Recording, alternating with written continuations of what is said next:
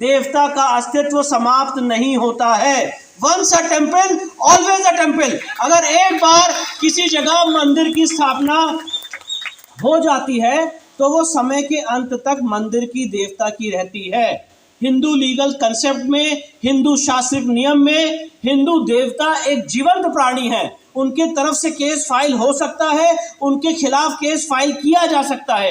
हिंदू देवता को subject to tax भी है, वो टैक्स भी पे करते हैं। इसीलिए जो हिंदू देवता का कंसेप्ट है वो एक चर्च के कंसेप्ट से, एक मॉस्क के कंसेप्ट से बहुत अलग है, क्योंकि चर्च और मॉस्क एक प्लेस, एक जगह है इकट्ठा होने के लिए, प्रेयर करने के लिए, पर वो डिविनिटी का क्षेत्र नहीं है। जबकि हिंदू धर्म का जो मंदिर है वो एक आध्यात्मिक ऊर्जा का केंद्र है और हिंदू देवता उस केंद्र के मध्य में बैठा हुआ है। आध्यात्मिक ऊर्जा का केंद्र और स्रोत है हिंदू देवी देवता।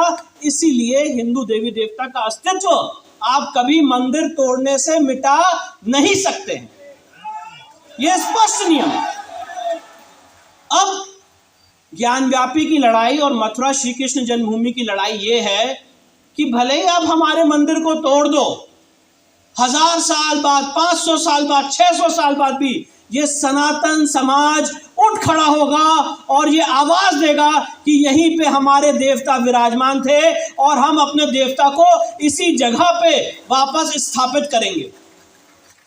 और इसका शास्त्रिक नियम है, अगर आप मंदिर को तोड़ देते हैं, मूर्ति तोड़ देते हैं, शिवलिंग तोड़ देते हैं, तो वहां पे देवता, और ये बात मैं बहुत जिम्मेदारी से आपके सामने कह रहा हूं, और जो 3 किताबें मैंने कोट की हैं उसमें मेंशन भी है, वहां पे देवता अप्रत्यक्ष रूप में विराजमान रहते हैं, अप्रत्यक्ष रूप में। तो इस पूरे समाज का ये दायित्व है कि अप्रत्यक्ष रूप में जो देवता वहां पे विराजमान है उनको प्रत्यक्ष रूप दिया जाए, वहां पे वापस शिवलिंग स्थापित किया जाए, वहां पे वापस हमारे कान्हा की मूर्ति स्थापित की जाए।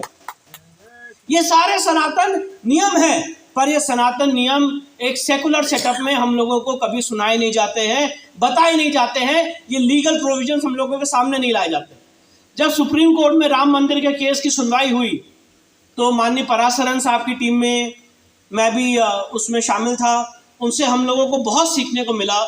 और सुप्रीम कोर्ट ने राम मंदिर के केस में 2-3 बड़े इंपॉर्टेंट लीगल प्रपोजिशन एनुमरेट किए हैं।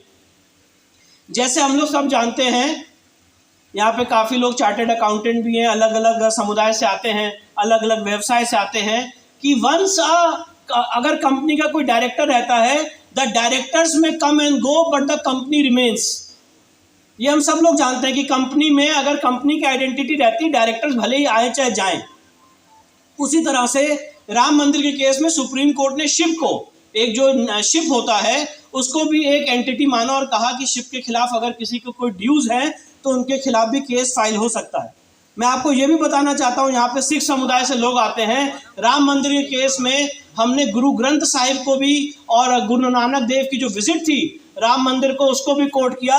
जब 1510 में गुरु नानक देव ने सरयू में स्नान करके भगवान राम के राम मंदिर के दर्शन किए थे, डिमोलिशन से ठीक 18 साल पहले, ठीक 18 साल पहले। इसका वर्णन